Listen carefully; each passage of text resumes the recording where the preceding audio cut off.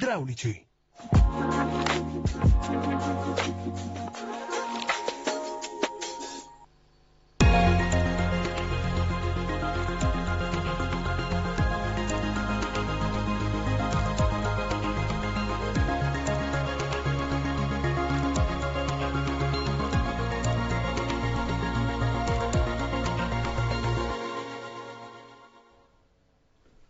Ben ritrovati, Forum Economia. La notizia di oggi è stata pubblicata un po' da tutti i giornali: gli albergatori italiani hanno fatto causa a Booking, il colosso delle prenotazioni online. Booking, come poche altre realtà online, è un cosiddetta OTA, Online Travel Agency, agenzia turistica, agenzia di viaggi online, e di questo e del fenomeno di come il mondo degli albergatori vive l'online è il tema di oggi. Vi presento subito gli ospiti, che sono Alessandro Tapparini, vicepresidente di Federalberghi Verona, Maurizio Russo, presidente Federalberghi Verona. Ci spostiamo sul Lago di Garda con Giovanni Lonardelli, che è presidente degli albergatori di Bardolino, e Ivan De Veni, presidente di Federalberghi Garda Veneto. Russo, ci spieghi come nasce, che cos'è questa causa che avete fatto? Sembra Davide contro Golia. Buonasera a tutti innanzitutto. Vorrei partire con una premessa, la premessa che è doverosa, perché comunque dobbiamo dire che i portali Booking anche in questione, sono dei fornitori di servizi per gli alberghi, per tutte le strutture che fanno ricevimento, sono fornitori molto importanti, soprattutto per quelle strutture medio-piccole.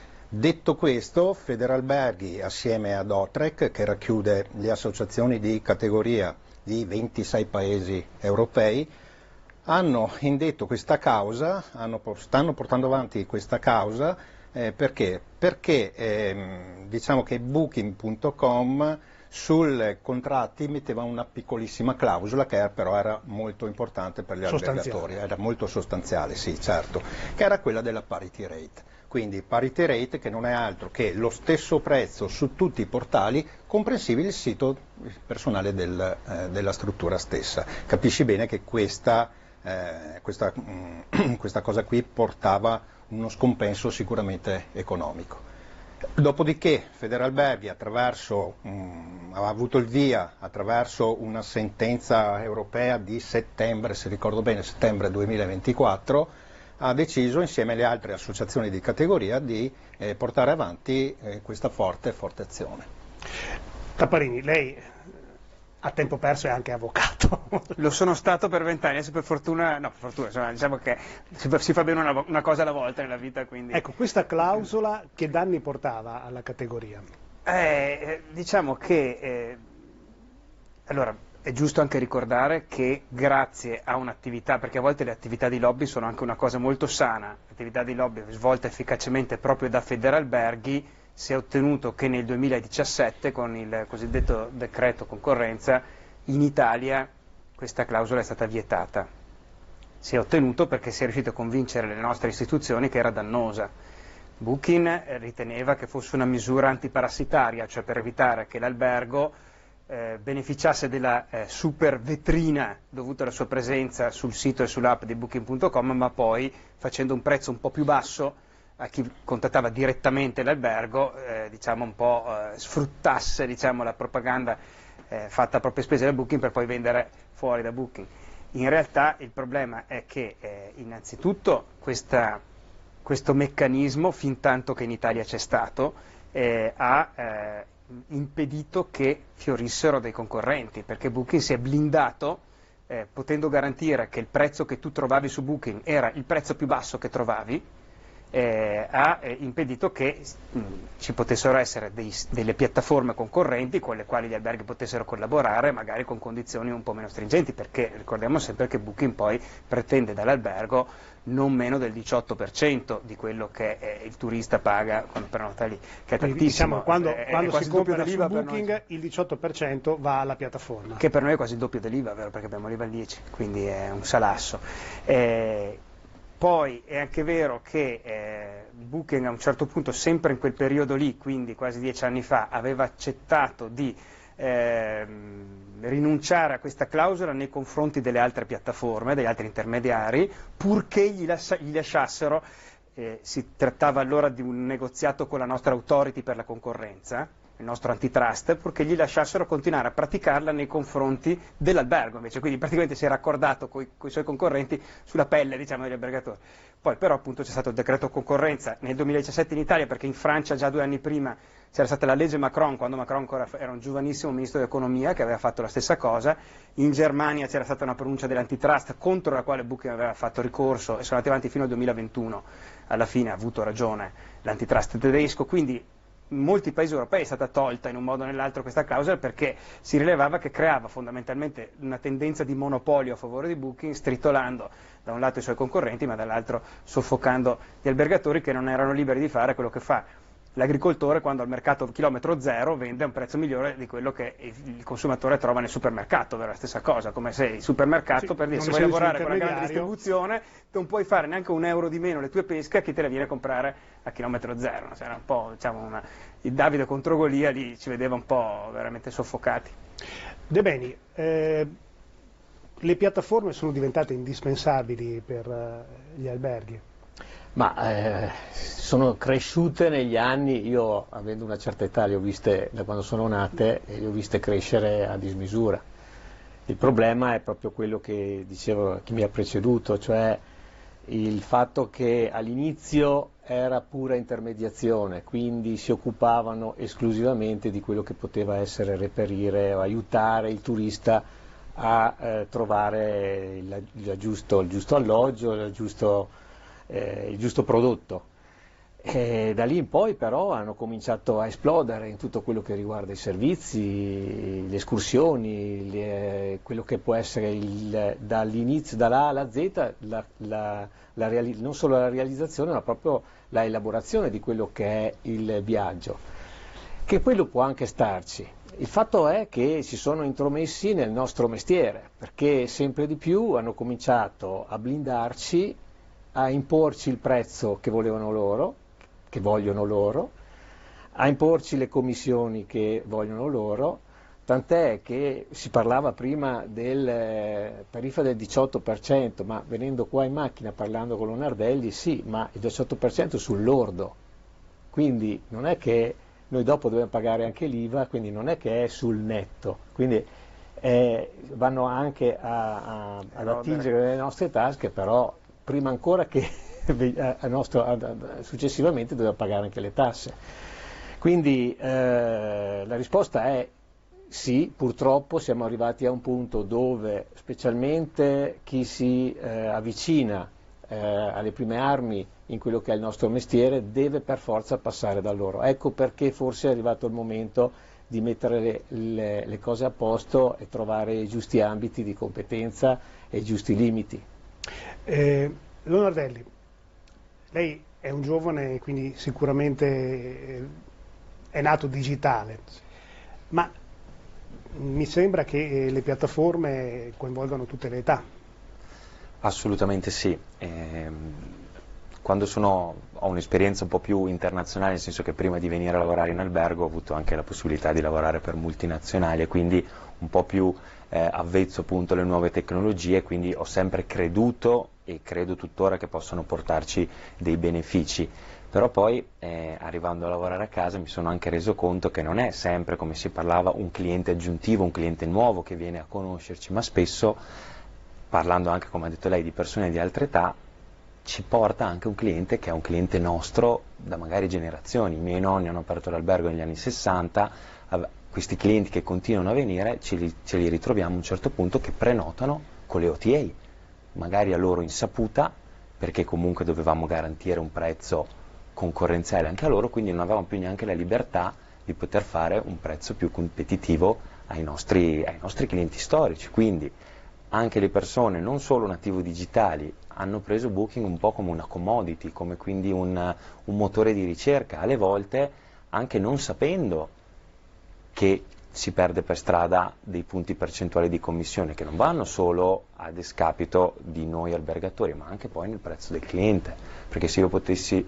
scontare quella commissione in parte in capo a noi e in parte in capo al cliente, il cliente si ritroverebbe anche a risparmiare e quindi come si piace dire in economia, cannabilizzano quello che è la cioè i nostri clienti che ci siamo costruiti in generazioni anche di lavoro. Ci sono, secondo lei, realtà che sono completamente dipendenti dalle piattaforme online?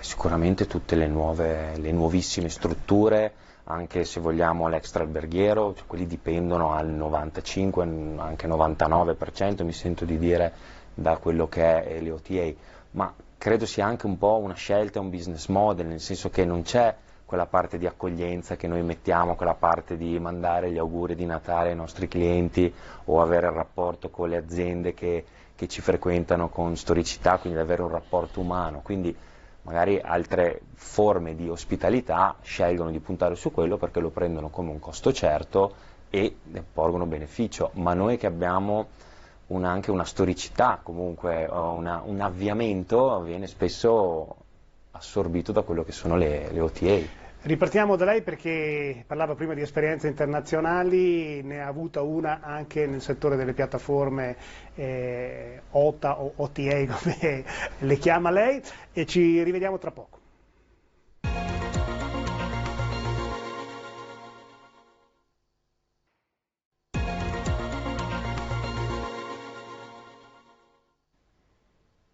Ben ritrovati, seconda parte di Forum Economia. Il tema di oggi riguarda gli albergatori della nostra provincia, Lago di Garda, città che assieme alla loro associazione di categoria a livello nazionale ha fatto causa a Booking per una clausola, quella che impone loro di fare lo stesso prezzo che c'è nelle altre piattaforme, ma anche sul proprio listino. Quindi un modo per blindare la tariffa e quindi anche soffocare la concorrenza. Giovanni Lonardelli, che è presidente degli albergatori di Bardolino, nonostante la giovane età, alle spalle ha anche un'esperienza proprio in una piattaforma concorrente a Booking. Allora, ci faccia un po' una fotografia del mercato delle OTA o OTA, Online Travel Agency. Allora, sicuramente sono delle aziende, definirle start-up ormai non si può più perché sono dei colossi, però sono comunque delle aziende tech, quindi diciamo sono paragonabili a quello che può essere un Google, un eBay, un Amazon, sono delle piattaforme. E l'altra cosa che un po' spaventa anche un po' gli albergatori, poi quando sono passato diciamo dalla parte di qua della barricata, è che non sono considerate aziende turistiche, ma sono considerate appunto le aziende tech, quindi quell'occhio di riguardo all'accoglienza, alla flessibilità che ci caratterizza anche a noi come categoria di albergatori, lì non esiste, nel senso che è un business, quindi è una intermediazione e il cliente è trattato in modo corretto, ovviamente secondo i loro standard, però in modo abbastanza asettico e comunque organizzato. Diciamo che se devono spostare di un giorno la flessibilità non c'è. Da loro la flessibilità non c'è, viene scaricata tutta sulle nostre spalle, nel senso che il portale in questione dice ma guardi lei ha prenotato così e rimane così, però se vuole sentire la flessibilità dell'albergo è ben lieto di farlo, quindi noi che giustamente paghiamo un'intermediazione per questa prenotazione che abbiamo ricevuto, ma in teoria questa intermediazione dovrebbe anche sollevarci da determinati tipi di costi ed oneri di gestione, invece ci ritroviamo comunque a dover gestire la prenotazione, che è una cosa che noi facciamo di prassi perché è il nostro lavoro fare accoglienza, però quando la prenotazione ci viene fornita in teoria da un ente terzo dovrebbe essere organizzata e non diciamo modificabile, anche perché riceviamo previo pagamento. Dalla luce della sua esperienza, lei ha lavorato per Expedia, com'è il mercato delle OTA, delle Online Travel Agency? C'è una predominanza di Booking, poi chi c'è? Ci sono degli aggregatori, ci sono dei siti anche aggregatori? Sì, allora questa è una domanda interessante, nel senso che Booking e Expedia si dividono diciamo maggiormente il mercato per paesi di prenotazione di riferimento, mi spiego meglio. Booking è sicuramente il colosso più grande, però prende principalmente quello che è un mercato europeo, quindi da noi molto importante perché nonostante lavoriamo anche con turisti d'oltreoceano, ma la nostra quota di riferimento è l'Italia, la Germania, l'Austria, insomma tutta l'Europa centrale, mentre Expedia ha una nicchia di mercato in quello che si può considerare di più l'America, intesa come America del Nord, America del Sud, quindi un po' più a livello globale, quindi diciamo che si differenziano più per paesi di provenienza degli ospiti che portano, e ovviamente l'Italia è principalmente Booking, ad eccezione di qualche piccola località magari del sud un po' più famosa, come può essere la costiera amalfitana, dove c'è un forte mercato americano, dove Expedia pesa quasi di più che Booking, quindi direi che si differenziano più per questo. Poi il business model è più o meno il medesimo, quindi commissione e prenotazione generata. Ebbene, voi come albergatori avevate fatto un qualcosa del genere, una piattaforma online di prenotazione. Sì, Che esperienza è stata? Ma allora, mi riferisco al Garda Pass. Come Federalberghi Garda Veneto c'è stato il primo sindacato di Federalberghi che aveva provato, aveva messo in piedi chiamiamolo una OTA vera e propria, insomma, dal 2000 al 2005. L'esperienza inizialmente... Ci avevate visto giusto? Sì, ci avevamo visto giusto e abbiamo lavorato all'inizio anche in maniera proficua.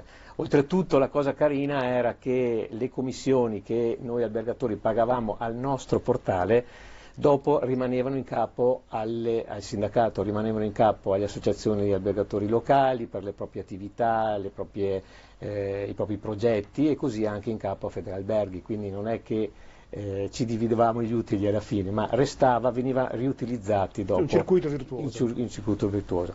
Dopodiché cosa è successo? Appunto sono cresciute in maniera preponderante, ma in maniera molto pesante, questi nuovi portali, e l'attenzione per cercare di commercializzare, cercare di occupare nuove fasce di mercati si è spostata su questi portali che logicamente con gli investimenti che fanno e che hanno fatto si sono imposte sul mercato in maniera dirompente, e noi piano piano abbiamo sempre di più perso peso specifico fino al punto che non esiste più. Ecco. Russo, in che modo vi potete difendere come albergatori, oltre alla class action che avete fatto con l'associazione di categoria? Ma sicuramente gli albergatori, le strutture ricettive in particolare, ognuno di esse può avere una strategia commerciale per la vendita delle proprie camere. Vorrei ricordare che le OTA sì, sono dei nostri fornitori con un contratto ben predisposto, ma a volte disintermediare, quindi non andare a pagare le commissioni, perché di questo si sta parlando, a volte la disintermediazione, soprattutto per le strutture medio-piccole, costerebbe anche di più. Proviamo a pensare anche solo alla visibilità che ci può dare un Booking dall'altra parte del mondo, una visibilità che un albergo di 30 camere farebbe fatica ad ottenere senza spendere diversi soldini. Quindi sono tutte strategie commerciali che l'albergatore può sicuramente mettere in atto riguardo alla sua azienda. Il difendersi è sicuramente anche quello di fare rete, è sicuramente anche quello di avere organizzazioni come quella che sta nascendo ed è nata a Verona per quello che riguarda le prenotazioni dirette alberghiere, che abbiamo la DVG, come ben conoscete in questo momento, abbiamo il Verona App, che per quello che riguarda tutto il territorio di Verona e provincia sta iniziando a lavorare bene, e quindi la promozione anche su questa cosa qui può essere un'ottima difesa. Tapparini, lei è un conoscitore del mercato americano che di solito su queste tecnologie è leggermente più avanti di noi, sono partite da quella parte dell'oceano. Che futuro vede? In che modo andranno ad impattare? Perché di solito i fenomeni arrivano a un momento che poi vanno in crescita. È vero, allora, poi tra l'altro stiamo parlando di una realtà che appunto, come è già stato ricordato, alla fine in questo momento parte da là, nel senso che gli attori sono... Expedia è prettamente americano, ma Booking.com, che nasce olandese, in realtà è da 20 anni che è di proprietà degli americani anche Booking. Cioè la società Booking.com è rimasta sempre con sede a Amsterdam, ma è controllata da una capogruppo americana da 20 anni. Quindi queste aziende tech, come giustamente ricordava Giovanni Leonardelli, alla fine poi, se non lo sono, lo diventano americano. Il prossimo step è quello dell'intelligenza artificiale, che adesso è luogo di ricerca delle prenotazioni turistiche, secondo i dati ultimi sì e no per l'1%, quindi ancora non è rilevante, non abbiamo dati, non c'è un impatto ancora rilevante per noi, ancora sono solo proiezioni che facciamo sul futuro, però è un futuro verso il quale ci si sta muovendo rapidamente. Quando 1 anno e mezzo fa c'è stato il boom di ChatGPT, Expedia ha fatto subito una convenzione con ChatGPT, quindi attenzione, perché quando poi io chiederò a uno degli agenti di intelligenza artificiale trovami la camera albergo a Bardolino, Vista Lago, eccetera, lui non mi risponderà sinceramente, no? Non mi risponderà in base a quelli che effettivamente sono i dati che danno oggettivamente da pensare che quella è la soluzione migliore, ma sarà influenzato da accordi commerciali che magari ha alle spalle, per cui dice guarda, prenotala qua, comoda, clicca qui e mi incanalerà verso una soluzione di acquisto che magari non è la più conveniente per me consumatore, ma è quella sponsorizzata da un suo partner che vuole acchiapparsi le provvigioni. Quindi, Sì, ricordo proprio per questo che 10 anni fa Booking spendeva su Google, sul motore di ricerca che tutti conosciamo, $1 milione al giorno. E quindi capiamo benissimo che con questa mole di denaro speso si ritorna al discorso dell'intelligenza artificiale, che non farà la cosa giusta per noi, ma farà sicuramente quello che decide chi paga. E quindi tuttora in molti casi, se io vado su Google e scrivo il nome di un albergo, il primo risultato che mi viene fuori non è il sito web dell'albergo, ma è la pagina dedicata a quell'albergo su Booking. Dopo di questo parleremo proprio con Lonardelli, perché vogliamo capire l'ordine nel quale vengono presentati, in che modo si può galleggiare, perché di solito vengono lette solo le prime pagine, insomma, dopo ci spiegherà, visto che l'ha vissuto dall'interno, che cosa succede. Tra poco, dopo la pubblicità.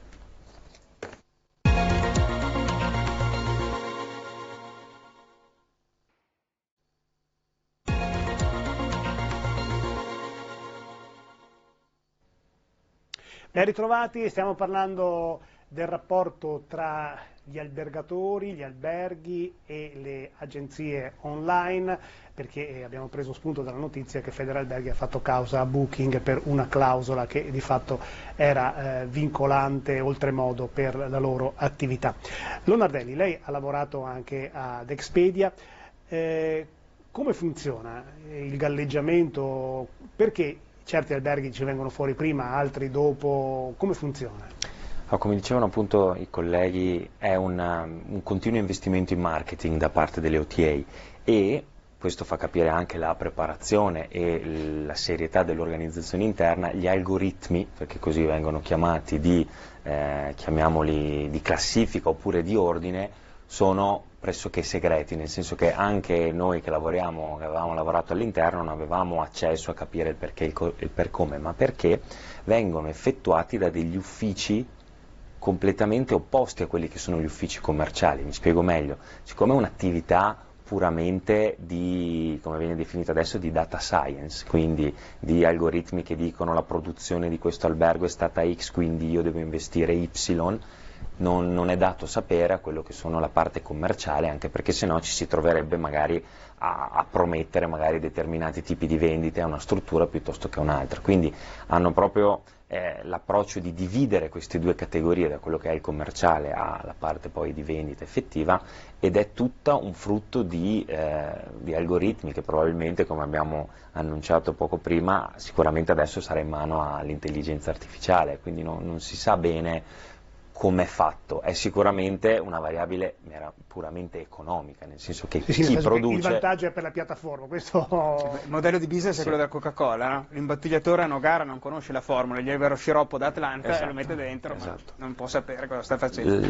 L'aspetto che ha sottolineato Tapparini, che secondo me è molto interessante per quello che riguarda la promozione online, quindi proprio banalmente come abbiamo parlato di Google, motore di ricerca, è il fatto che un'azienda terza possa fare una sponsorizzazione sul tuo nome, nel senso che quando dico tuo nome, sul nome del tuo albergo, è una cosa che è prevista ovviamente dal contratto, però è molto stringente. Cioè, quindi io domani mattina decido di andare su Google a dire investo €1 a click sul nome del mio albergo, rischio di trovarmi Booking che mette 2 euro sul nome del mio albergo. Quindi io sono, tra virgolette, perdente comunque. Non posso, oppure se posso sostenere questo costo è comunque molto più alto, e questo viene fatto per le n.000 strutture. Quindi diciamo che non si ha più una libertà di sponsorizzazione, una libertà commerciale del proprio nome anche, non solo delle proprie camere. De Beni, lei da tanto tempo è nel mondo dell'associazionismo professionale. Le class action, la compattezza della categoria può in qualche modo essere un interlocutore un po' più forte del singolo albergatore nei confronti di queste piattaforme? Ma sicuramente, ed è proprio questo il motivo per quale sia il Lago che la città sta portando avanti questa iniziativa di Federalberghi nazionale nei confronti di Booking.com, ma è anche proprio per questo che se c'è una possibile scappatoia, io mi metto nei panni del nuovo albergatore o chi intraprende il nostro mestiere per la prima volta, non è tutto perduto, nel senso che non è che infilandoci dentro nelle OTA e specialmente nelle maglie di Booking vieni limitato di tutte le cose che ci siamo detti. Quello che consiglio è farsi consigliare, cioè venite da noi, chiedete a Federalberghi, ci sono le associazioni sindacali che possono aiutarvi, consigliarvi qual è il percorso migliore da fare, non buttatevi subito immediatamente nelle sgrinfie di queste agenzie, perché dopo, una volta che ci sei entrato, diventa difficilissimo avere una libertà di azione,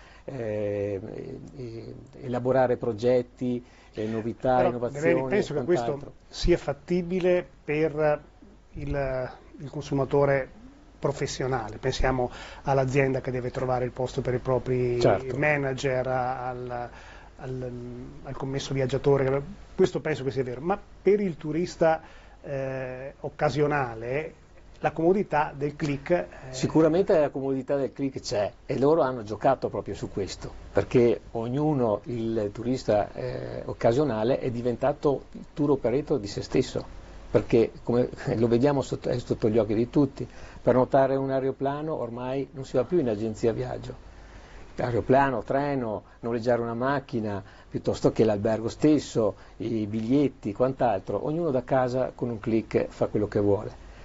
L'importante è che siano consapevoli che facendo quel click lì entrano in un sistema dove alla fine potrebbero a quel punto, facendosi consigliare o venendo direttamente alla fonte, direttamente all'albergo e trattando con l'albergo, avere dei risparmi considerevoli. Russo, la categoria è disposta ad investire per contrastare in qualche modo a questo strapotere? Allora, la categoria investe già rispetto all'argomento, e il Presidente De Beni lo ha già spiegato ampiamente.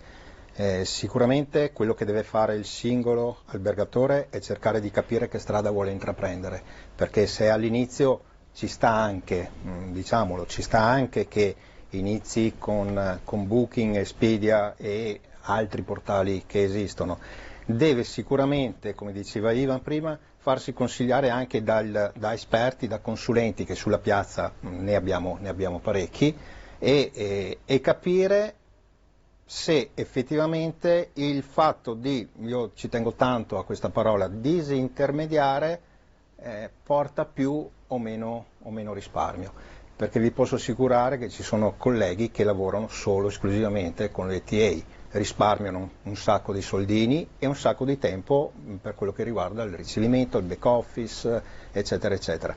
Ripeto, sono solo questioni di... Prego? Sono modelli di business diversi? Sono modelli di business diversi, ognuno fa quello che ritiene più opportuno per la propria struttura.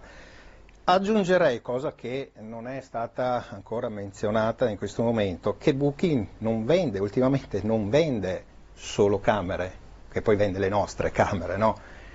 Ma è diventato un po' anche una finanziaria, no? Perché se noi andiamo a vedere, ecco, l'albergatore il più delle volte sceglie di ricevere la prenotazione con una virtual card emessa da Booking a titolo di garanzia della prenotazione, perché sappiamo bene ormai le problematiche delle carte di credito con i privati che possono esserci. Booking prende la commissione anche su questo, quindi si autofinanzia per poi chiederti la commissione su un pagamento che lui ti farà. Chiudiamo, abbiamo gli ultimi 3 minuti, Tapparini, un fenomeno che riguarda le prenotazioni online che è marginale rispetto al problema delle commissioni, che sono le recensioni. E lì se ne vedono di tutti i colori e qualcuno anche vi ricatta con le recensioni. Però anche quello ormai è diventato un fondamentale, no?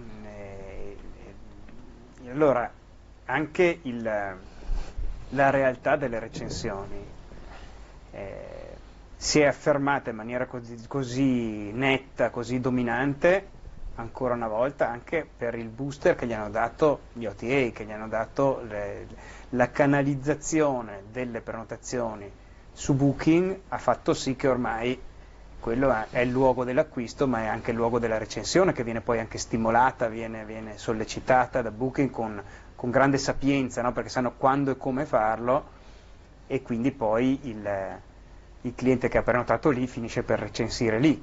Per loro questo è anche una fonte di dati preziosissimi, perché per l'albergo poi, se la recensione è buona, è un modo per coltivare la propria reputazione, che ormai, come ci insegna spesso il presidente russo, conta più quella della classificazione del numero di stelle. Però per Booking è un'intervista che fa al cliente per avere i dati di cosa va bene, cosa va male, dove c'è da... Una profilazione. È una profilazione che ormai è il nuovo petrolio, siamo anche stufi di ripeterlo, ma perché è vero.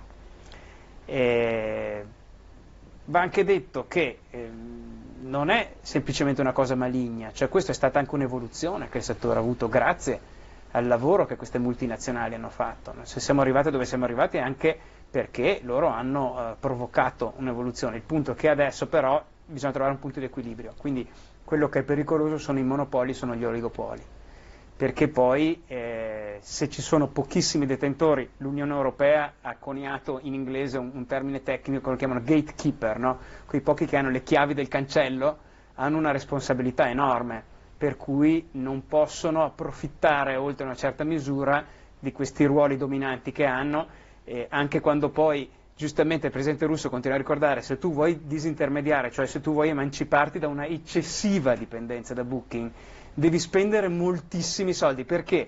Perché per arrivare ai clienti giusti, per farti la pubblicità, non appunto come si faceva una volta comprando una pagina sul giornale che non sai poi chi la legge, chi non la legge, se gliene frega qualcosa, ma andando a colpire, diciamo, quelli che sono veramente i potenziali turisti che potrebbero venire da te, alla fine chi è che conosce i dati, chi è che ti sa incanalare dai potenziali interessati? Facebook, Google, forse è già finito l'elenco, quindi alla fine anche loro vendono a prezzi astronomici questa canalizzazione, no? Quindi più ristretta è la cerchia dei fornitori, più esosi e soffocanti rischiano di essere, quindi il problema è sempre quello di non consegnare tutto il mercato a 3 oligopolisti. Grazie ai nostri ospiti, grazie a voi che ci avete seguito, arrivederci alla prossima settimana.